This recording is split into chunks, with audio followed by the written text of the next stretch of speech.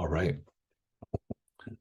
So want to start by jumping in and looking at the agenda. I'm going to close these slides and close this as well.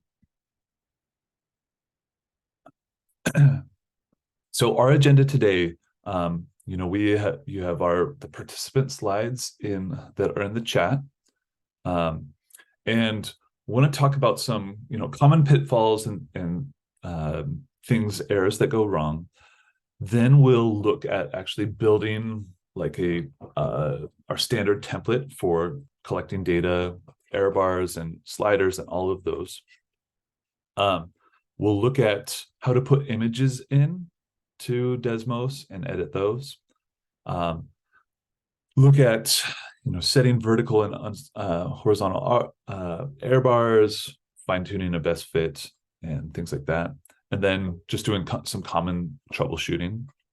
If time allows, at the end of the session, we will look at like tips and tricks for exporting images. Say you want to print an image in Desmos, there's ways to screenshot versus share graph.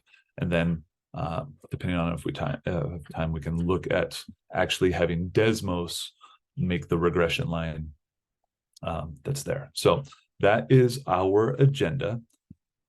As we are going to get set in. Again, you can see that I have the Desmos webinar basics there, and I'll just put that in the chat one more time in case. Oops, let's do this.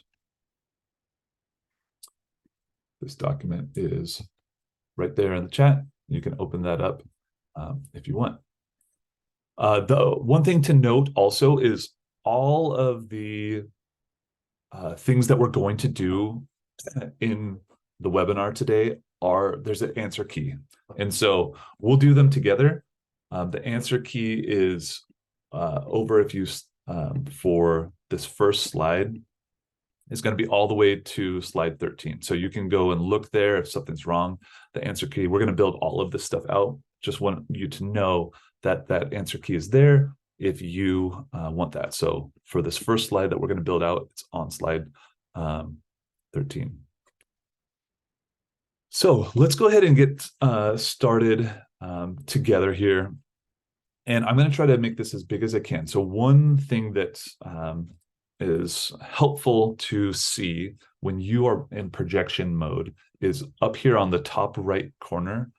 If you click on the larger capital A, you don't need to do this on your screen, but I'm going to do this on my screen. That just makes everything a little bit bigger, bolder. It zooms in and changes that. That is sometimes really helpful as you are looking there. That'll help. There's also other features in here, changing the axes, as well as locking the screen, which is a helpful one. You can lock later on. So the first thing that we're going to do is just plot some data and look at it there. So the data is actually on the agenda. Oops, let me go out here for today, and I'll put it on my screen. So this is the data that we are going to input into Desmos. And this is data from, if you're familiar with the patterns physics, this is data for a ball that's rolling down a ramp. So if you go up to add item and hit table, that's going to pull up our table. And I want to change the X and Y to T and D. Let me just get this in the chat. If you're just joining us, we are on, I put the agenda, the educator sign-in, and the slides in Desmos, and we are looking at the slides in Desmos right now. So I'm going to go in, and really important, one thing to note is Desmos is very case sensitive. So I'm going to put a capital T and a capital D. And it's completely unforgiving. If you do not match the case, it'll fight you and it'll give you an error. So just keep that in mind. I am going in, let me see if I can make this, oh, I cannot make this any bigger. That's about as big as I can get it there. So really unforgiving, and we're gonna make sure that we're always keeping track of capitals, lower cases. It also, when you are making a function, it behaves differently than like if you're familiar with spreadsheets. In a spreadsheet, when you hit the equal sign and set up a calculation, you hit equal sign to tell the computer to start to calculate. Equal sign in Desmos means it sets these two things equal to each other. And maybe don't do this, but I will do this. Like if you have c equals 2 and c equals 5, and you try to do this in an equation, and you try to calculate something, it's going to fight you because it thinks that c is 2 and 5, and so it will spit out an error at you. So those are some kind of big pitfalls that happen for students sometimes. Going back to this, let's go ahead and enter in our data that was on that slide. I'm going to enter it right now. And 1.14, 1.5, 2. Just do 9. Scroll here. Here's our data that we're going to graph, make all of the different aspects of this graph. 1.55 and 3. Okay. So we have our data entered in, and we want to analyze this data. Many of you might be familiar with this, but this is a game changer that students are not, is if we want to zoom in on our data, we can go and hit just the zoom fit button.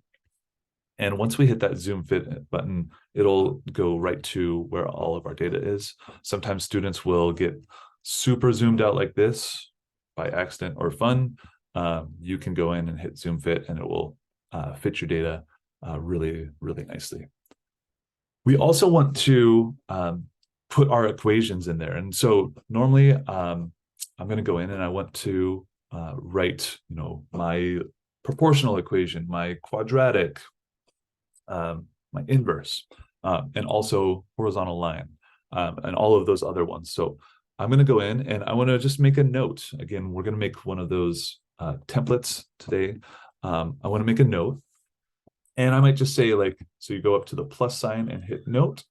And I'm just going to say choose the correct equation and C value. Delete the extra. Oops. Equations. So note is just there to kind of help get that information in, get that there. Then we can go ahead and we want to make, we can make all of our different equations that might fit our mathematical model here, but I want to have that slider for the C value in there. So I always go down. You can either click down below or you can hit plus and then expression. And we want to set a C value. So I might say C equals, and right now I'll just set it equal to 0. So I'll just set it equal to 0. That will automatically make a slider for me. And some things to note here that we'll play around with later on. You can change the step size of the C value and the range. So maybe I'll just choose a range between 0 and 5 right now. And let me just show you, if you do a step size of 1, you can see it only will be whole numbers in this case. Step size is 1. If you leave it blank, Desmos will figure out its own method in between. So oftentimes we'll leave it blank or play around with it depending on the experiment that we're doing. So once we have our C established, we can make our best fit line. So I'll just do the traditional, I'll do 4. We want to do a proportional, quadratic, inversely proportional, and then horizontal line. So I'm going to go in and I'm going to say D for distance equals CT. I will do D for distance equals CT, and I'm going to square that. To square, you hit Shift 6 and then 2, or you can click on it on the keyboard there. D equals C divided by T for inversely proportional. And you can see all of those respond to that C value that we made as a slider. So all of those respond. And you would think that to do the horizontal line, let me move this to 1 here, my value 1. You would think to do the horizontal line that you would just do D equals C. But Desmos is finicky with certain things. So in this case, D equals C just is defining D as what C is. To graph a horizontal line, you have to set it equal to Y. That is the only way that we know of to do that. So for the horizontal line, you have to set Y equal to C. And lowercase y is designated as a special variable for Desmos. You can see capital Y is not, just that lowercase y. Let me go ahead and admit here. And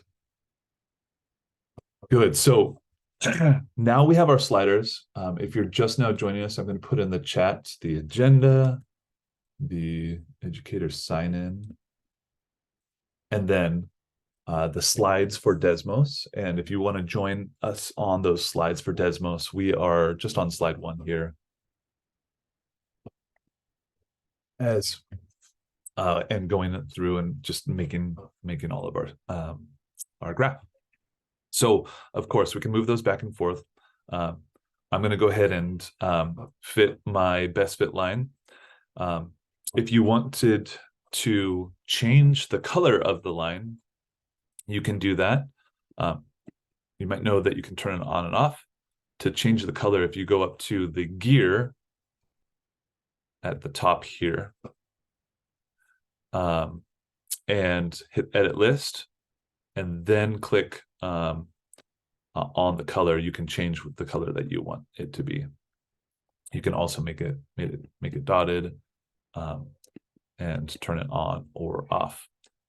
One last thing is kind of advanced move. If you wanted to, you can change the size of it or how thick the line is. So I'm going to go in and let me change my quadratic line to blue. And I'll go ahead and I'll just turn off all the other lines that we know do not fit well there. Good. So now we've, just to recap, we have entered in our data. We've played with a note. We have made our C value and entered in all of those lines. The next thing that I want to do is we want to label our axes and as well as make a title for this. So to label our axes, if you click on the gear or the wrench in the top right corner, many of you have probably seen this before, we can label those. And so I'll do time in seconds, and we'll do distance in meters. Okay. And I don't like how my graph, it's because I'm zoomed in. I don't love how it's only showing every 2 meters. Yours might look a little bit different, but maybe I want to step it by every half meter, or every half second and every half meter. When I change the step here, this will be really important later on if you want to make a graph to say print on a homework or a quiz. Changing these step sizes will really help students be able to read the graph when they are away from the computer. So we've got this set up. We've got distance, time, and we are well on our way to doing that. So next thing we want to do is we want to, like we always do, again, we're starting, normally these are from Desmos. Like we have lots of links that are given to you that have lots of this functionality built in, but which is another one of like the write your mathematical model here. Let's go ahead and write in a mathematical model on our screen there. And so to write in a math model, you are going to, you have to assign an ordered pair. So I'm going to go in and just do a point. So I'm going to go Shift and 9 to do my parentheses. And you don't have to have it fit perfectly on your graph right now. So I'm going to put it in a kind of a awkward spot. I'm going to put it right on the graph. I'm just going to do 1, 1. And that puts a point here down at the bottom. And I want to label this here. And we'll move it here in a second. I'm just going to label this as my equation for my mathematical model, which was distance equals 1.2 times, sorry, good. What is this? Times time squared.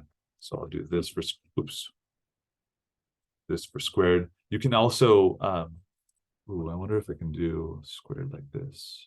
Nope, just lost it. You can go and copy and paste a squared in instead of doing the caret, and it looks nice. But I'm not sure the hotkey for getting that squared there. Okay, so we have our thing here, and it could be tempting to move this around by changing, where the X and Y coordinate is. You can certainly do that. But it's way easier to just drag it around. So what I'm going to do is I'm going to go up to the edit list,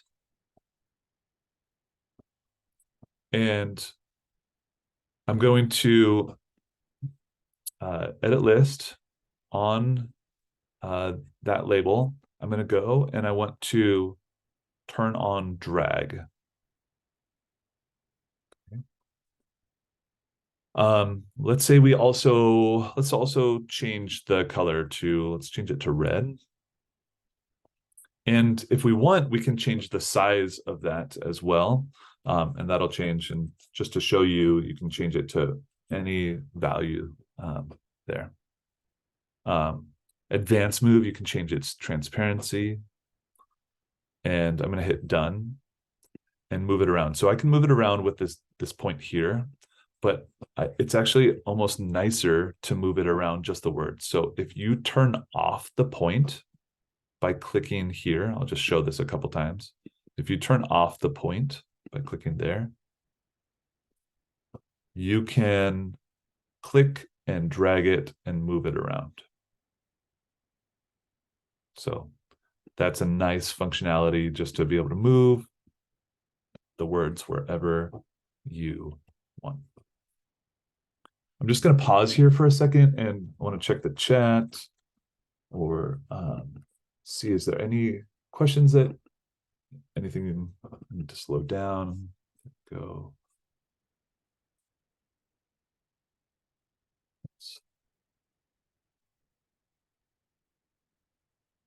Okay.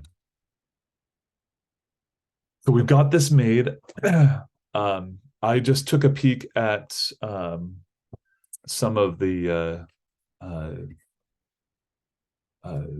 people in here, and one reminder that might be helpful, just if you want to change around how it's zoomed in, if you get zoomed out, if you press in on that zoom fit button, again, that will fit your data really nicely in there. And that zoom fit button, again, is right here in that corner. It's there. Good.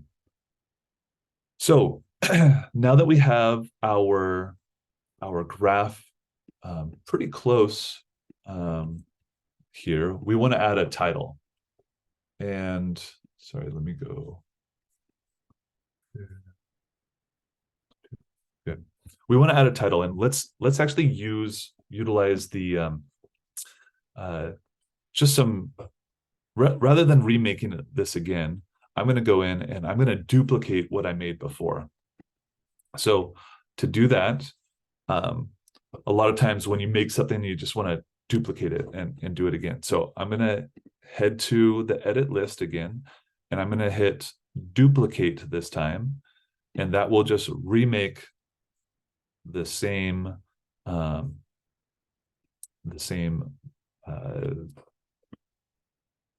distance equals 1.2 times time squared.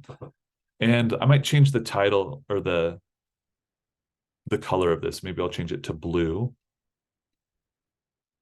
Okay, let me hit done. Those two are completely overlapped now, but I want to add a title, and maybe I'll do title ball rolling down the steep ramp. It's not a great title, but let's say that's our title. Title of ball rolling down the steep ramp, and I can grab it by the side and I can move that around in my graph there. So now I have my title drawn up. I have my math model, and both of those are on my graph ready to go. Good. So what do we have? We have made our data table. We have made our C-value with all of those equations. We have the labeled graphs. The last thing that we want to do is I want to show you how to make the uncertainty boxes. Just in case at some point those might get broken, something like that. It's kind of an advanced tool, and if I'm honest, a lot of time, or now, after we made them once, I just go back and find an old one, but sometimes it's nice to be able to troubleshoot how that works. So what I'm going to do is, and I also want to show you some features like folder system here. So what I'm going to have you do is go up to the plus button again and click on folder, and let's call these just uncertainty. So how folders work is anything that extends this line will remain in that folder. If you want to go beyond the folder, you can click down below. And we want to make a vertical uncertainty and horizontal uncertainty. And what I'm going to do that for right now, I'm just going to use like a V for the vertical uncertainty. And so I'm going to say V equals 0.1. And I'll hit return, and I'll also make my horizontal uncertainty. Let's make that also 0.1. Oops. Equals 0.1. So we've got both of those. Now I'm going to show this to you one time, and then we'll do this several times here. Essentially, what the uncertainty boxes are doing to get on the graph is it's just making 4 lines. It's making 2 vertical lines and 2 horizontal lines. And to do that, we're going to reference these cells, these data points over here. It's going to be important that you check your data table. I actually, as I was preparing for the webinar, forgot and put lowercase t, and was stuck troubleshooting for a while there of what to do. So I have capital T and capital D. So first, let's start by making the uncertainty box that's on the right side of there. So it's just the bar. So I'm going to call it right bar. So I'm going to start with the R, and this is a kind of a trick to subscript something, I always have to go in and I press 1, and that brings the computer down to the subscript, and I'm going to call it R1, and then I'm going to change that out to bar. So just to show that again, because I know that's tricky, to get to the subscript, the quick way is to hit 1. It recognizes that that's a subscript, and then you can delete it and have it be bar. So I'm going to draw the right bar. Then I move my arrow key over so that I get my equal sign there.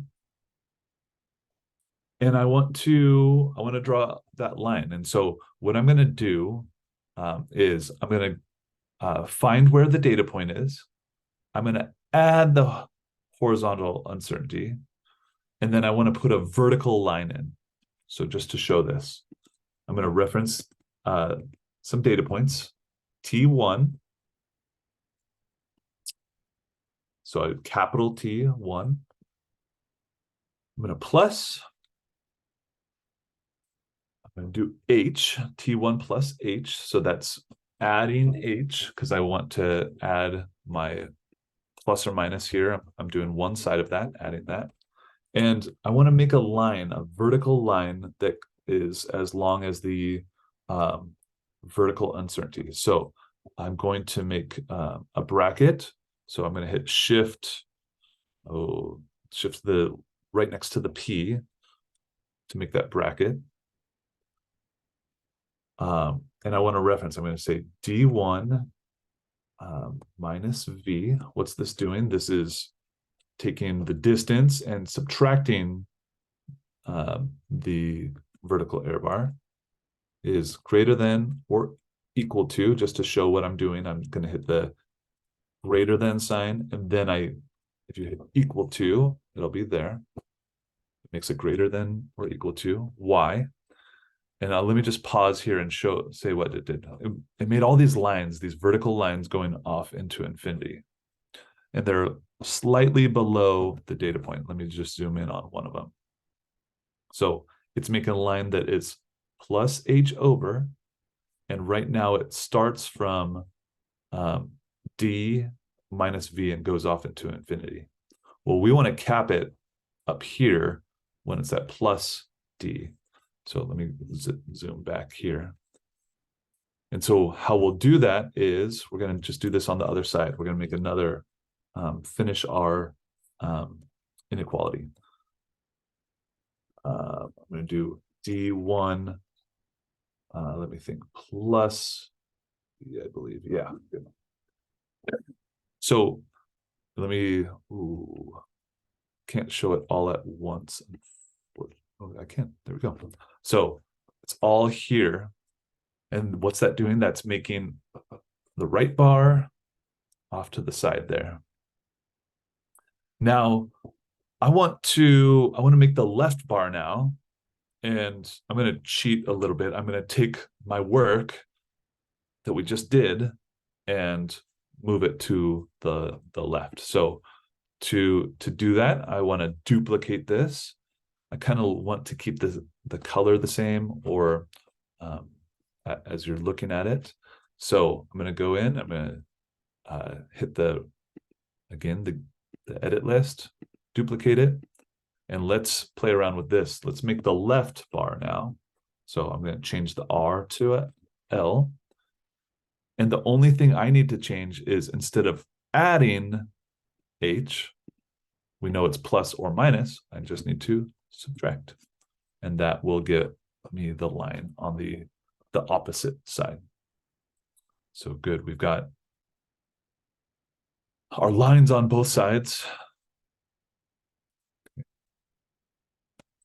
We'll do the vertical one really quick, and then we'll kind of move on from here. So just want to show you one last one, and then we'll get that vertical done.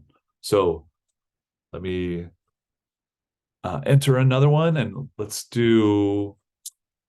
call the next one I don't know, top T T1 bar.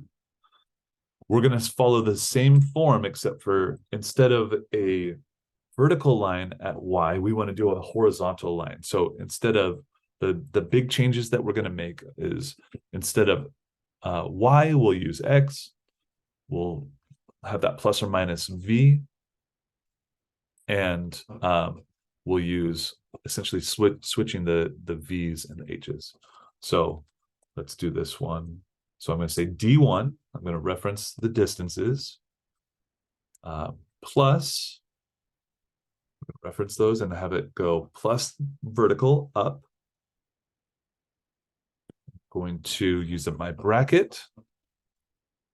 And I want to do T1 minus H is greater than or equal to X. Okay, just pausing and stopping there. We're really close. We can look at what this did. It added it and it shot it out into infinity. So we want to follow the same formatting as above and do this with, we want to stop it at positive H as well. Plus H. Boom. Oops, messed up.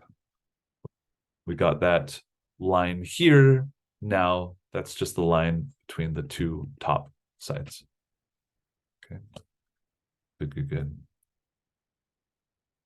Okay, I'm going to pause and look at one more thing. Just, again, always trying to use the work that we just did. So we will use this again. We'll duplicate that again.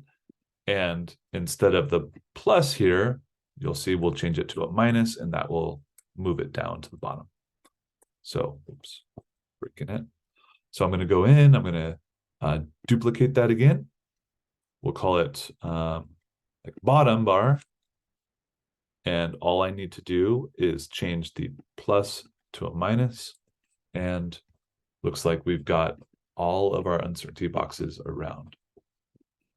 If you're like me and the different colors really are bug me, I like to have them all the same there. So I would change, I go back and I always change those so that they match. But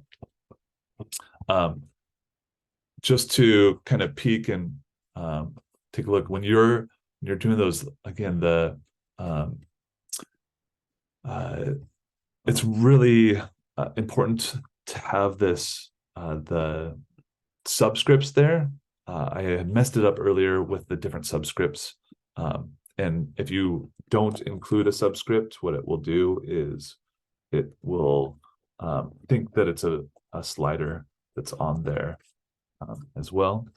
And yeah, so I'd be happy to be able to check in. And let me just look at there. Looks like lots of people have their air bars there. Nice.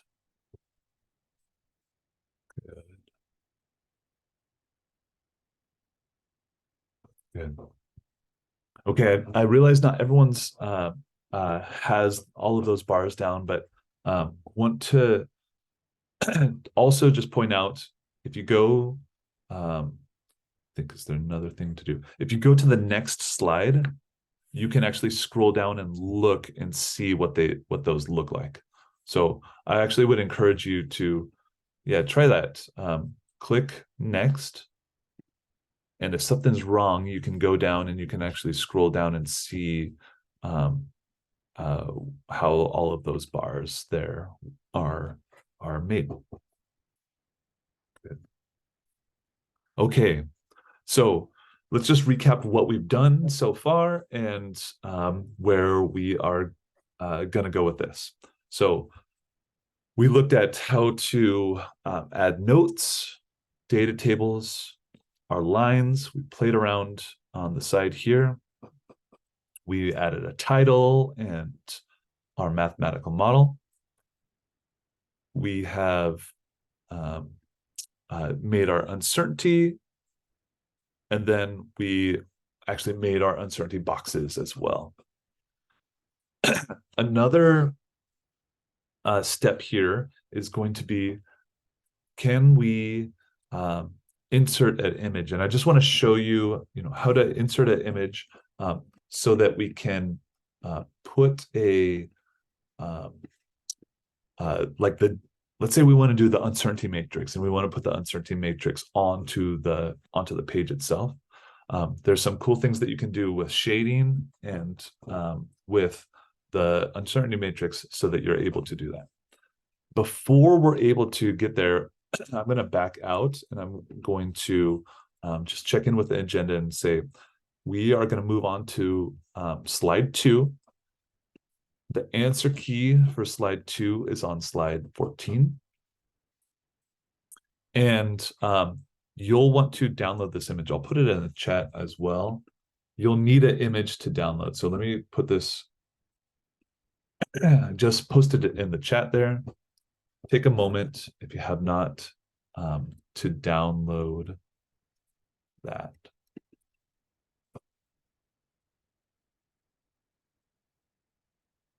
Right. So that is there, and we will download that. We'll look at basically we're going to use that image, the image of the uncertainty, of the confidence rubric, to help enhance, how this might show. So let me put this here. So yep, I moved over to the next slide. I'm on slide 2. And let me just show you, let's go ahead and upload our image here. We want to upload the image of this. I'm going to go to the uncertainty boxes, and I'm going to close that folder there.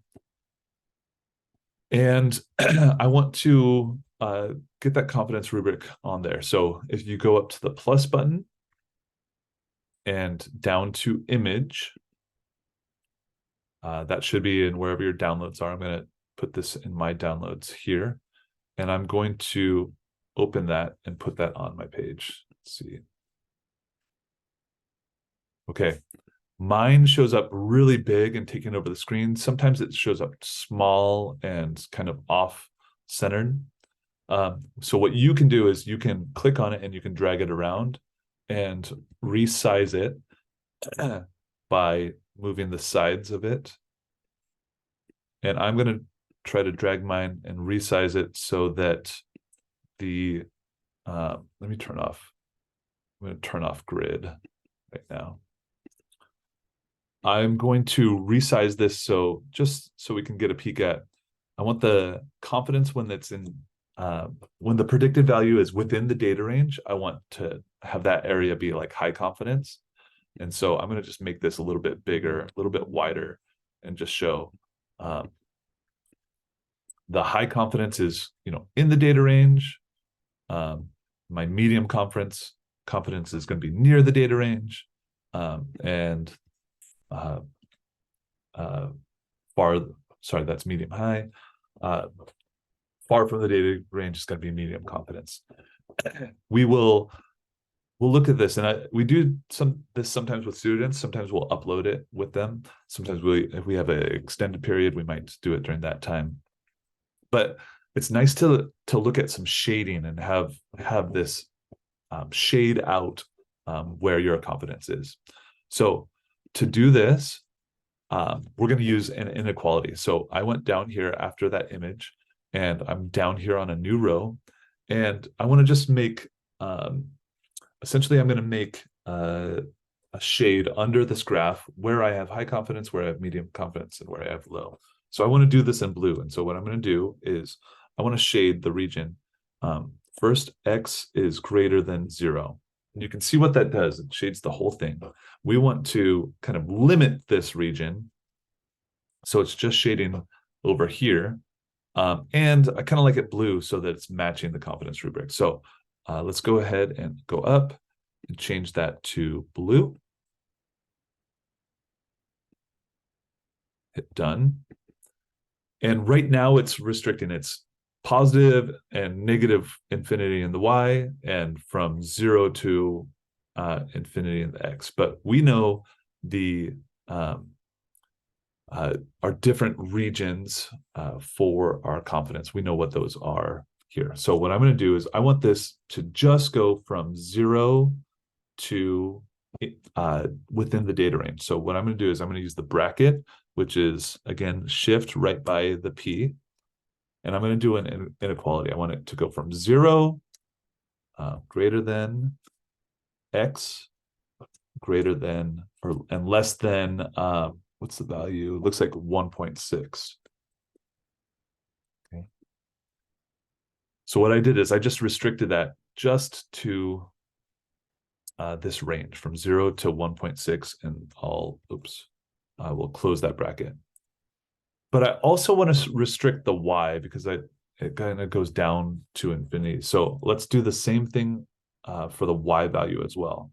So I'll do this. I'll go from 0 to Y, and I want it to stay under the graph. So I will restrict it by saying I'm going to follow the pattern above. I'm going to just go C. Oops, we didn't have a slider for C. Our C value was 1.2. So I'm going to just choose that value. I'm going to do 1.2 x squared. And you can see that is shading everywhere under the X from there. Let me make this nice and big all on one screen here so you can see all of it. So what do? We shaded under the graph, anything greater than 0. We restricted its range, the time, and we restricted its domain, the distance that it went. So now that we have that basic thing down, we can do this again and get the next region. And we're going to use the work that we did before to do this. So I'll go up and hit my edit list. I'm going to copy this one again. And this time, instead of going from 0 to 1.6, let's go from 0 to 2.5 or 3. Let's see. 2 maybe 6. Yeah, or 2.7. So you can see what that does. That's even like kind of mirroring what we did for our confidence here. Now it's showing where we have high confidence, where we have medium confidence or medium high confidence. And we can do that again for the next range that's on there. So let's do that. You can kind of see when they overlap, they get more or darker and darker. So I'm going to make my last inequality. And instead of from 2.7, I just copied that last one. Maybe I'll just go further from there. I'll just have it go all the way out to 10. And if you look, you can see where's the region of high confidence? It's here. Where's our region of medium high confidence? And where is our region with a little bit lower confidence? So that's just kind of an added tip and trick to be able to look at getting a visual for confidence rather than it's there. I'm just going to pause for a second, check the chat. Matt, how do you drag the image? Like I can't seem to drag the image. Yeah. Now that I have it in there. Okay, so it is really finicky at times. So let me see if I can help. Thanks for okay, so what you need to do is first thing is click on the image. Oh yeah, mine didn't. And do you see when you click on it, does it come up like mine is right here where it's got the blue dots? Yes. Okay, once you have that, then it's only this, I think it's only the middle dot that allows you to drag it around. Oh, got it. Thank you. Yeah, the other dots all are going to change the size of it. That middle one is the best way to drag it around. There is a way to make that even easier. You can actually, we do this with some Desmos activities. You can click like the edit button there and click on it and click draggable or make it more opaque.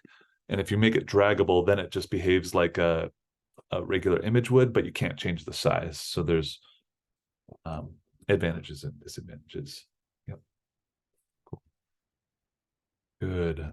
Yeah. Other questions that people have as we're going to take a look at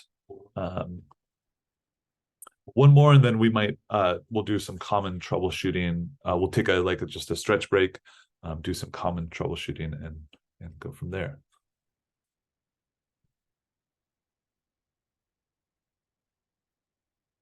Nice. Okay.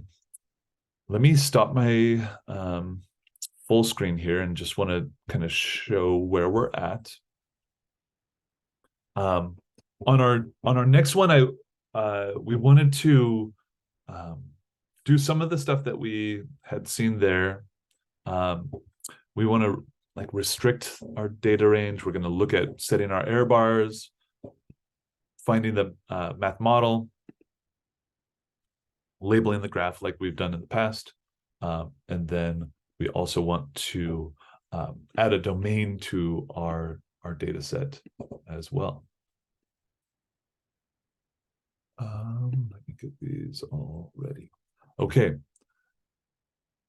So if you don't mind, I'm going to go full screen here. If you don't mind, go to number 3, slide 3 there, just to show you a feature. I believe it's on October 10th. There's a teacher Desmos version of this. There's lots of cool things you can do, anonymize. I can hit everyone to sync to me, and that will pull everyone to me. I'm gonna turn that off because I know you want to move around. And I can also pace it there. Those are all kind of advanced skills. You can look at those and do those. And that next webinar is on October 10th. So if you are interested in how to better utilize Desmos Classroom, that's there. Also wanted to remind you that the last couple slides at the very end have all the answer keys. So you can always peek ahead if you want to do that. But we're going to look at a chemistry example here, just practicing with beta decay and looking at, different half-lives, things like that. So let's go ahead and take a look at this. So first thing we want to do is, as always, we want to change our error bars. So you can look at your error bars here. Let's change our error bars maybe for our time, half or a day. That sounds like quite the error bar, but and our vertical error bars, you can see our variable here, which is what number, our average number of radioactive atoms. So we can change that on the other side. We also can edit our graph here. So we can move around our graph, we can move around our math model, but there's a kind of issue that math model, we can't drag it where we want to. So let's go ahead and let me title my graph, which is just like beta decay of 100 atoms.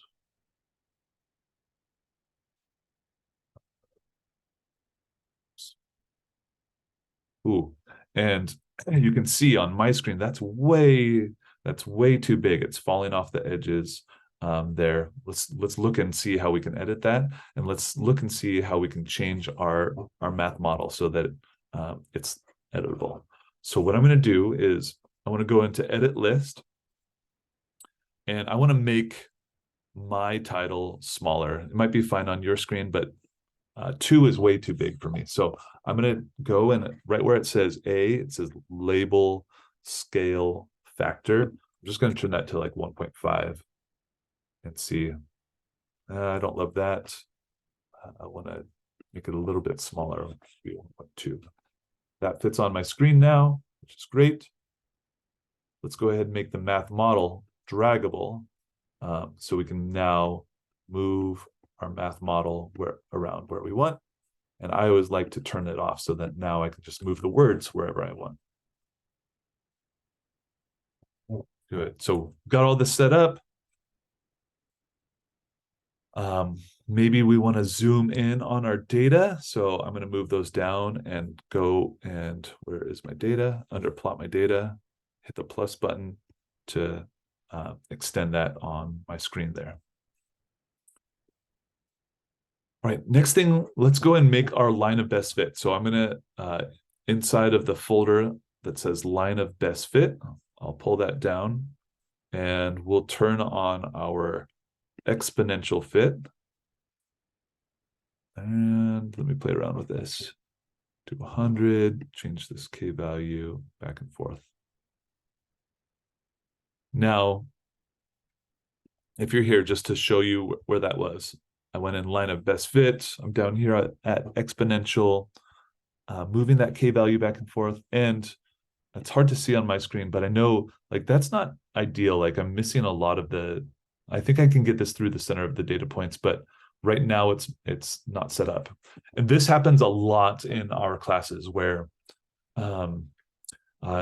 maybe the Desmos template that's given does not fit the materials that you have. Well, one way to change this is to change, how big the slider is. So right now my slider looks like it's going between like 0.9 or sorry 0.09 and 0.02. So I want to have a lot more fine tuning in between there. So to change that scale, if you just click on the numbers there, you can change this, and I might I'll go 0.09 and 0.12. Desmos will come up with a reasonable slider in between, and then you can much better fine tune how your fit is. That's just by changing the scale.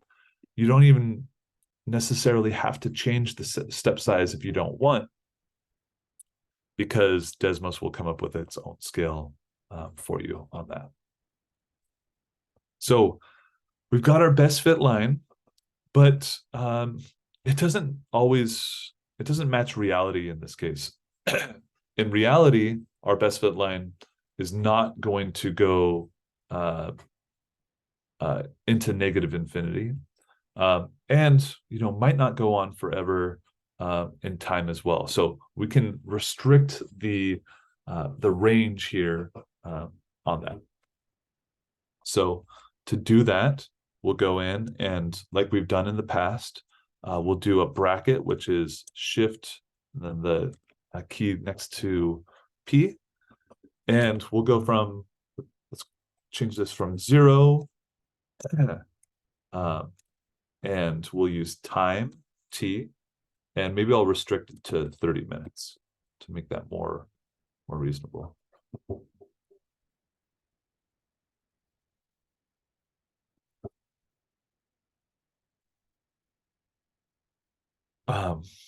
Good. So now we have this best fit line, and it's restricted to reality, whereas the mathematical model might not fit there very well. So you have that, and you can add these features like dragging here, so we can find the first half-life. By dragging this box, we can find the second half-life if we want to do that again. That might be here, let's think 25 here-ish.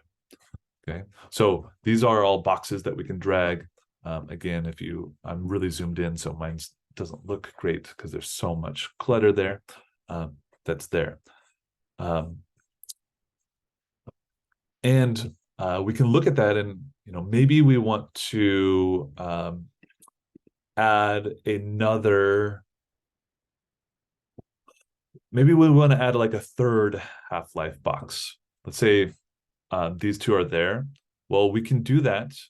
We did that by adding a point and making some lines there. So just to show you where that is, if you go down here to the last one where it says half-life line points, data points, not for editing. That's down there at the bottom, where you can see what it's doing is it is just making a draggable point. That's, for example, this is the one that's getting drug around. And it's just making a dotted line at the X and a dotted line at the Y to fill out that point. So if you want, we can let's make a third one just here. So let's use some of the terminology there that's already there. H3, so half-life 3X, H3, half-life 3Y. And I'm going to go ahead and make a point here. And I want to make this one down here just to show you. We'll do H3.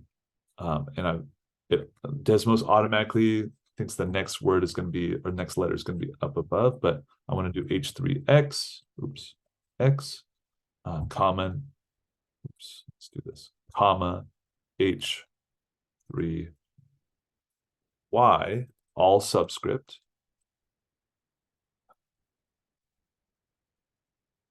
And let's label this like third half-life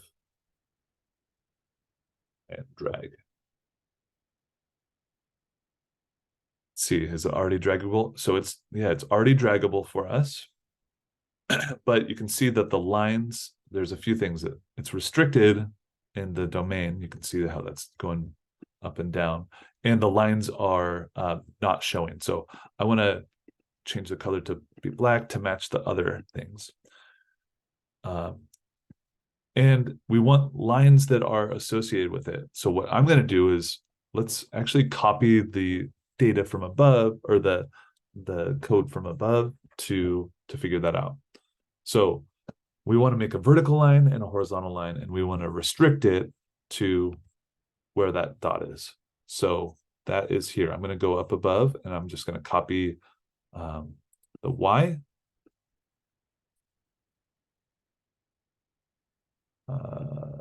And enter it.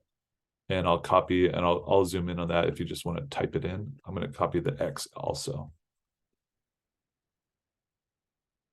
Okay, you can see on my graph where they're showing up. They're these, they're actually corresponding to the second half-life, but we want them to correspond to the third. So instead of H2Y, let's change that to H3Y. And instead of H2X, we'll change that to H3X and do the same here. So in this case, now we have this draggable line. It's making a vertical line and a horizontal line. We can put that on our third half-life.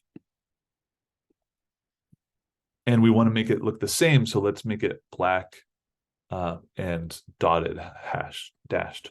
So we can change that by going to edit, change it to black, change the color to, to dashed here. We'll do black, dashed, and here. Good. Ooh. With me zoomed so far, that looks really messy to me, but I know I'm really zoomed in as well. We can hit done, and we've got it. Good. All right. So we're at a spot here where I think we're going to take a quick, 5-minute stretch break and see other things, questions that people might have as they're coming up. So I'm going to take a moment. Let me stop my screen share. We'll take just a 5-minute break. See if you would like, you can kind of flip through. We're going to look at the next couple of slides and come back here. So I'll put a timer up on my window here. I'll pause the recording. recording. And just want to check in and see where we're at and where we're going here. So the next several slides are all interactive slides, just kind of show some common errors that people have. You can take a peek at my screen, or you can paste and look at it yourself. But I'm on slide 4 here. Really common. Actually, 2 most common errors for my students and Desmos. Number 1 is they just go to desmos.com and don't use the template. I'm sure you've seen that. Second thing is they say, like, why can't we just copy and paste our data? So yeah, you can actually. Desmos made a new feature that allows us to copy and paste some data. However, it does not link to those uncertainty boxes. So when a student does copy and paste that, it'll come across with X2 and Y2. However, you can see the uncertainty boxes, they're not broken. They're just not matching up with the students' titling. So you can, again, copy and paste data that's there.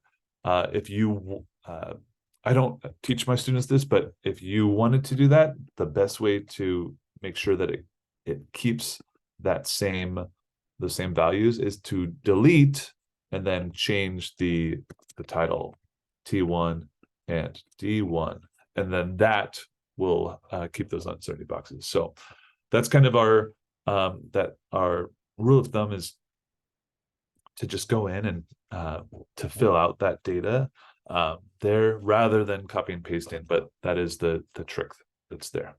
So that's kind of our first troubleshoot common issue here. Go ahead, flip to the next slide if you're there. This is slide 4.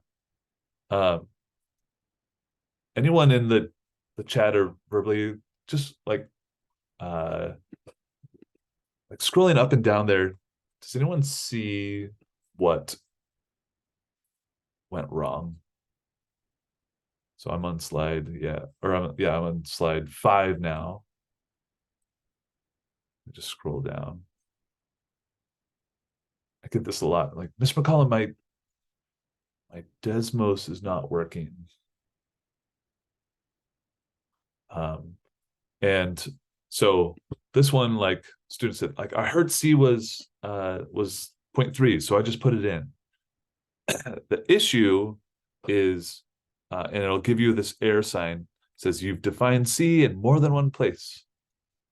Yeah, there's 2 C sliders. Yeah, perfect. Thank you. Yeah, try deleting one of them. So once you delete one and change that, now our C value is going to be working again. So that is another very common thing. 2 C sliders that'll be in there. Good. So that's a common issue that we have. Nice. Okay, let me think. Next one. What is going on here? Yeah, this is a very similar error on this. So if you flip to slide 6, if you're there, another really similar error that people get is, like, the line doesn't work. I'm changing my C value. That line isn't doing anything. Well, they've also put in a slider for T. And so what Desmos is doing is it is making a calculation. It's saying, in this case, and let me change this to easy numbers, 0.5 and let's just do 2. It's just doing 0.5 times 2. And so that's just a really common error that you might see students putting in those values. So if you just delete one of them, it'll work again. Nice. All right, good. So those are common issues. Slide 7, if you don't mind flipping there. Sometimes students have an issue with getting the uncertainty boxes to show up. This is an example from biology, looking at heart rate of 17-year-old boys running around a track, looking at the heart rate as it's increasing and then plateauing, and the uncertainty boxes aren't there. So what's going on? Well, one common issue is just not turning them on. So scrolling down to horizontal uncertainty, that vertical uncertainty, sometimes those get turned to 0, and they might not show up in that case. So here's a case where we have those shown up, and those uncertainty boxes are there. Good.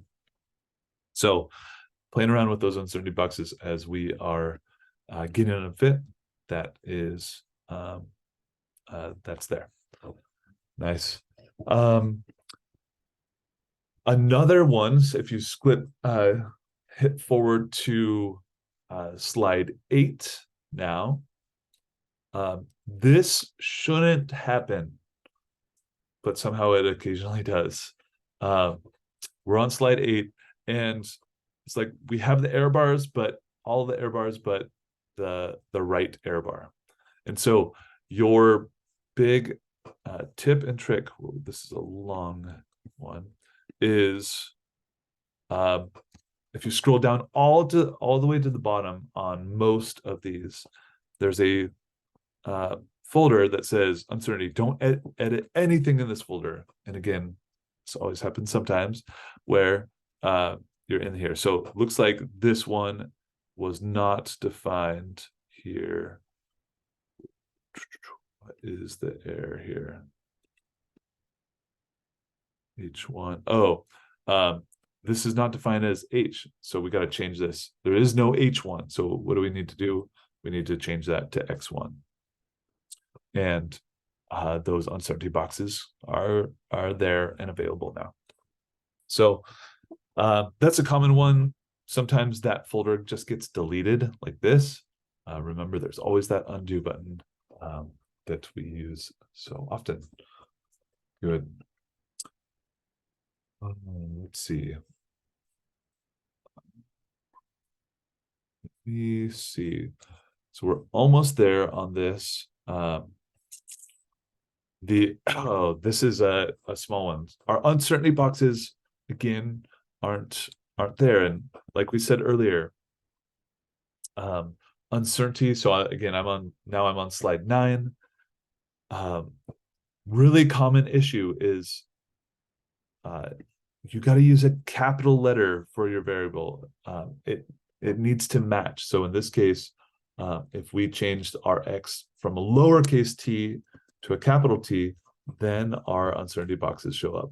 And this happens a lot because our time and our heart rate are capital T. And so we want our X and our Y to be capital T's. If we just change one of these to lowercase, Desmos thinks it as something completely different. And so that's there, just really carefully checking to see what the uncertainty is and what the value should be. Good. So common misconception that students have a lot is using the slider. So this happens to me occasionally where I give a Desmos and my slider is messed up or not set for the equipment that I have. And so in this case, like again, I'm on slide 10 now. The slider is set up too big. So what do I need to do? I need to refine the step size. You can go in and click on that 0, and maybe I'll change that step size, get rid of the plus or minus 0.5, and change that step size. So now my slider is there.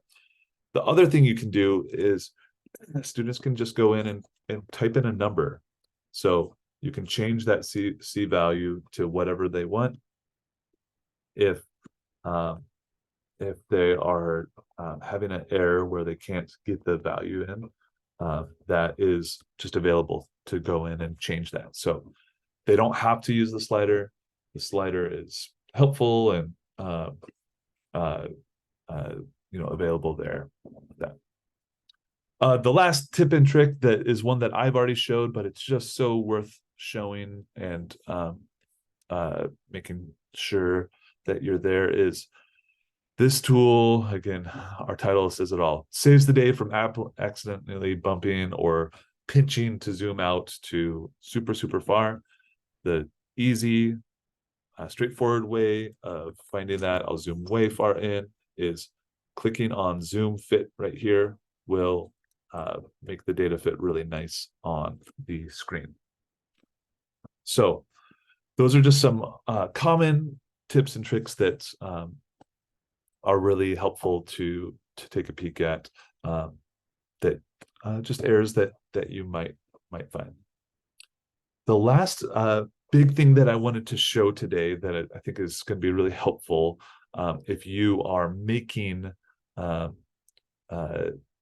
different Desmos images is how, like, some tips and tricks on exporting. So this is outside of Desmos or Desmos Classroom. Let me put this in the chat here.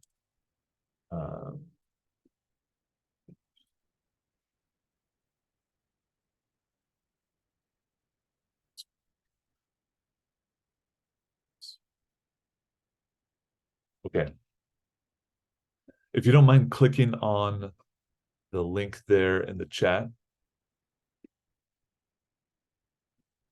that will take you here. This is just a graph I had in my saved folder. This is regarding early on patterns lab diameter and number of marbles. You can see I've used, editing the curves to be there. But I just wanted to show you a few things for taking screenshots and taking an image and putting it into a lab. So first is, you might be familiar with this, but I'm not sure, is up in the top right-hand corner in Desmos, there's the button that says share graph. You can copy a link to it. Really helpful is the export your graph in on there. So if you just hit that arrow up there, export image comes up here at the top. So it's really helpful, except for there are all sorts of, I can't count the number of hours that I've spent trying to edit the original graph to make this exported graph look really nice. That has, lots of my hours have gone into that. So it has all sorts of little nitpicky pieces for, like, what scale it chooses. So I'll go in and change those and then hit export image, and it still doesn't look nice. So just to say, export image, it makes a good looking graph some of the time. At other times, it's really annoying to work with. So just so you can see the functionality of it, thin, medium, thick, and all of those things change the grid lines that show. You can also click on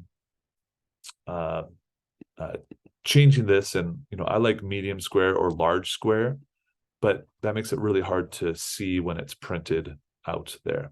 So that's one way that you can play around with an image that you might be exporting. But the other way is just the good old-fashioned take a screenshot. What we have learned to do when taking a screenshot is if you want to avoid, let me make this normal size. If you want to avoid having it have this toolbar here on the side, we have started to go into the wrench and just add a bunch of spaces underneath behind it. That's a really simple trick, but that has saved many hours of just fighting that Desmos exporter. So again, sometimes the export works really well, sometimes it doesn't. One way to fight that is just moving that space bar and putting that trick in there. That is very helpful when we're looking at that. Good. So those are there. The very last thing before we see, questions that we have, and uh, going from there is we wanted to show how some students know this who are coming into mostly in my IB physics, but they know how to use Desmos to make a regression line, to make a line of best fit um, that's on there. And I'm going to head back to the uh, uh, webinar slides, and I'm going to be on, let's see, I am on slide 12 now. So I'm heading back to this link. It might still be there. Here on slide 12.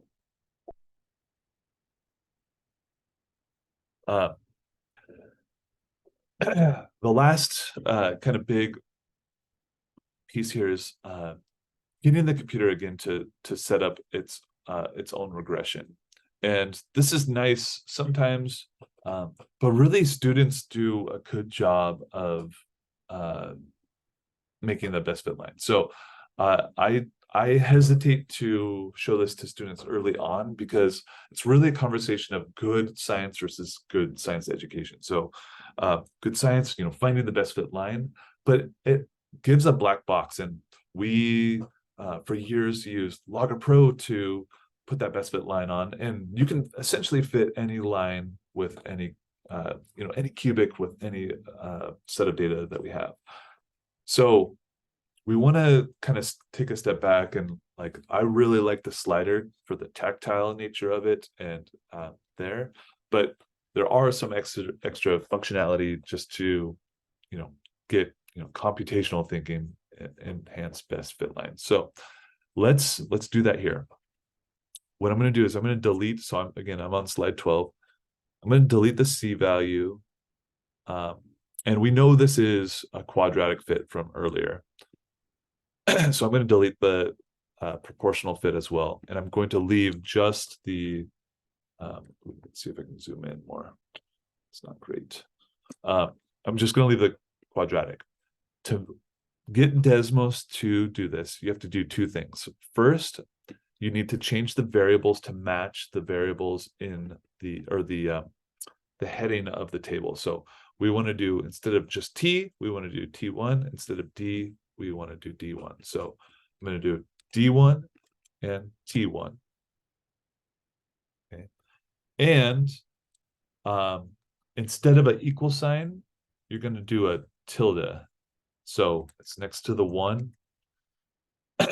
And what that does is that uses Desmos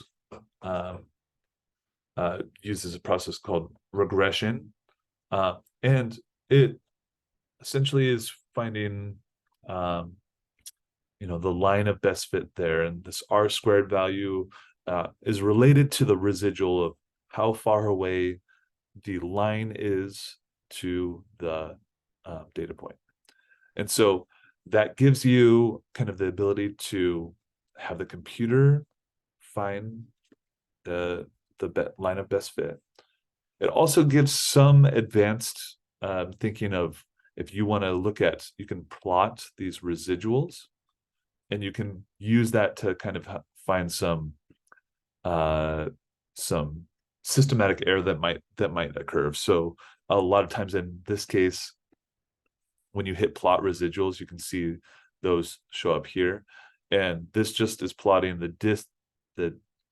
difference between the y position of, so in this case, the distance of the data point and the distance of the line of best fit.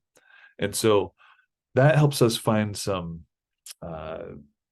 systematic error. Maybe this really pops up in our physics classes when we are looking at the ball rolling down a ramp, and maybe we have a bowed ramp or something like that. You might be able to see that show up a little bit easier when you plot it in residuals.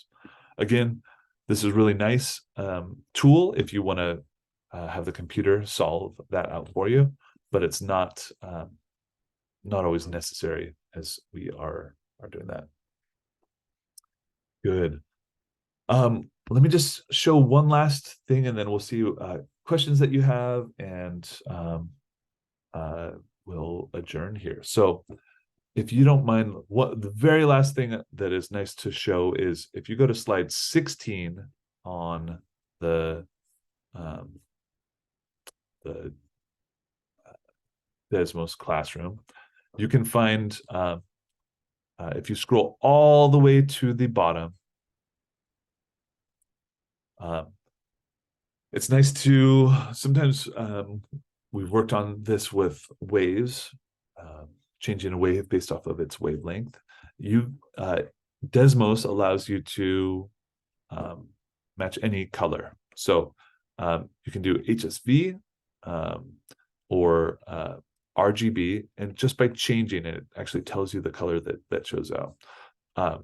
One cool thing is you can change that. If you just do HSV, you can actually have a slider, and that slider will allow you to change the color back and forth.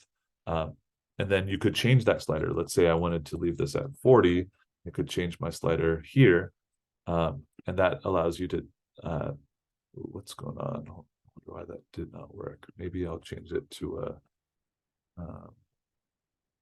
oh, maybe I don't want to do that one. Yeah, change it. So long story short, it allows you to change the colors if you don't like the colors that are provided. One thing to note about the colors that are provided is I went to a Desmos webinar, and they said that they chose the colors there specifically for when you're thinking about people with vision impairments, that the colors that they chose, specifically yellow, they chose yellow not to be a specific color, just because it's not user-friendly for people with vision impairment. So that is there. We are getting close to adjourn here, and I wanted to just take a moment and pause and see, like, I'm curious if there was maybe in the chat, was there one thing that you learned today that you might take, or are there any questions that you have? I'm going to pause the recording here.